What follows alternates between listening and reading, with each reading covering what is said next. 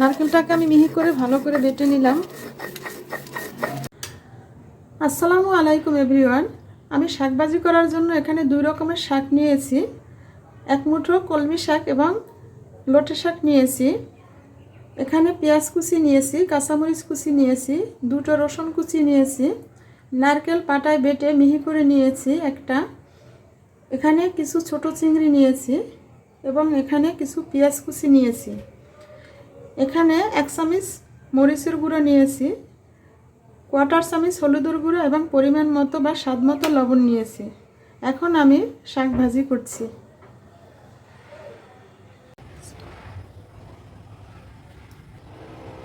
প্রথমে আমি প্যানে তেল দিয়ে দিলাম।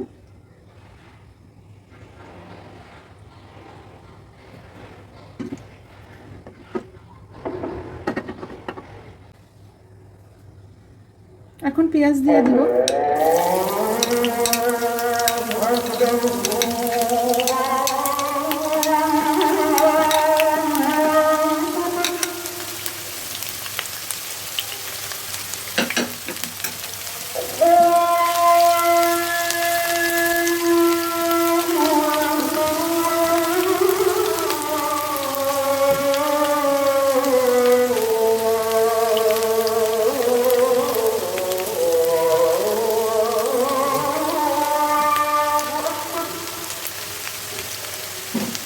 এখন চিংড়ি মাছ দিয়ে দিলাম।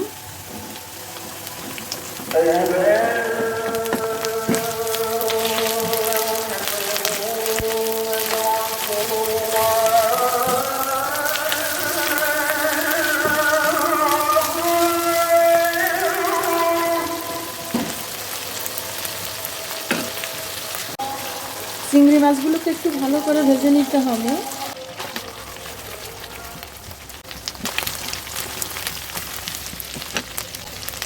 এখন আমি কাঁচামরিচ দিয়ে দিলাম।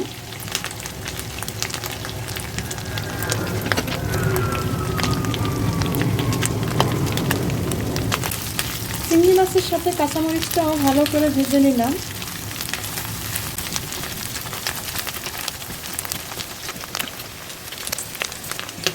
এখন রসুন কুচি দিয়ে দিলাম।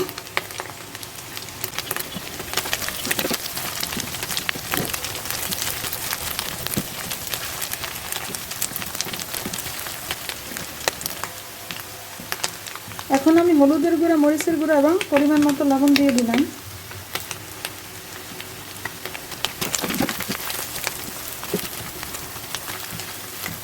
হলুদের গুঁড়ি, মরিচের গুঁড়ি এবং লবণটাকে ভালো করে নেড়ে চেড়ে চিংড়ি মাছের সাথে মিশিয়ে নিতে হবে। এরপরে আমি নারকেল দিয়ে দিব। নারকেল বাটা দিয়ে দিলাম।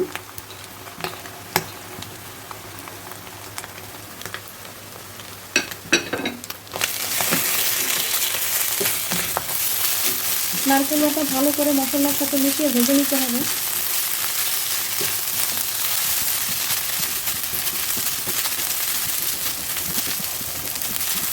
নারকেল চিংড়ি মাছ ভাজার খুব সুন্দর একটা স্মেল আসছে এবং কালারটাও খুব সুন্দর আসছে।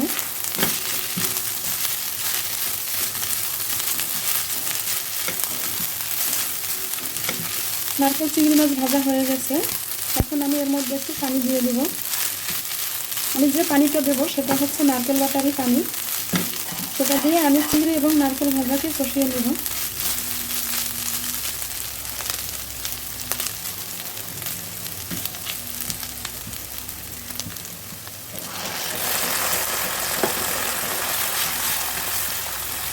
খুব সুন্দর একটা স্মেল আসছে এবং আপনারা দেখতে পাচ্ছেন খুব সুন্দর মশলাটাও তৈরি হয়েছে।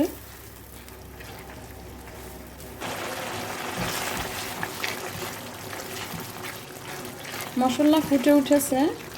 এখন এর মধ্যে আমি শাক দিয়ে দিব।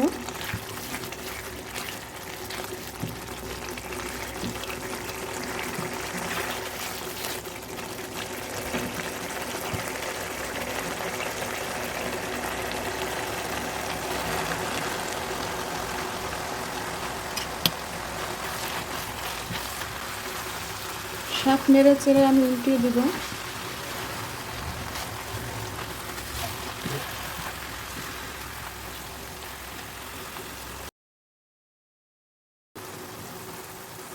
ভিডিওটি ভালো লাগলে লাইক কমেন্টস করবেন। এরকম আরও নতুন নতুন ভিডিও পেতে আমার চ্যানেলটি সাবস্ক্রাইব করে পাশে থাকা বেল আইকনটি ক্লিক করবেন।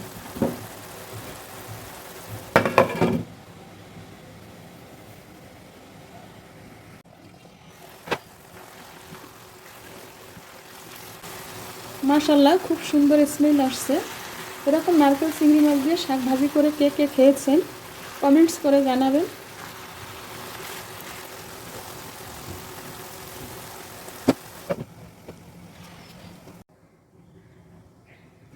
আপনারা একবার নারকেল চিংড়ি মাছ এবং শাক একসাথে ভাজি করে খেয়ে দেখবেন, খুবই টেস্টি এবং মজার।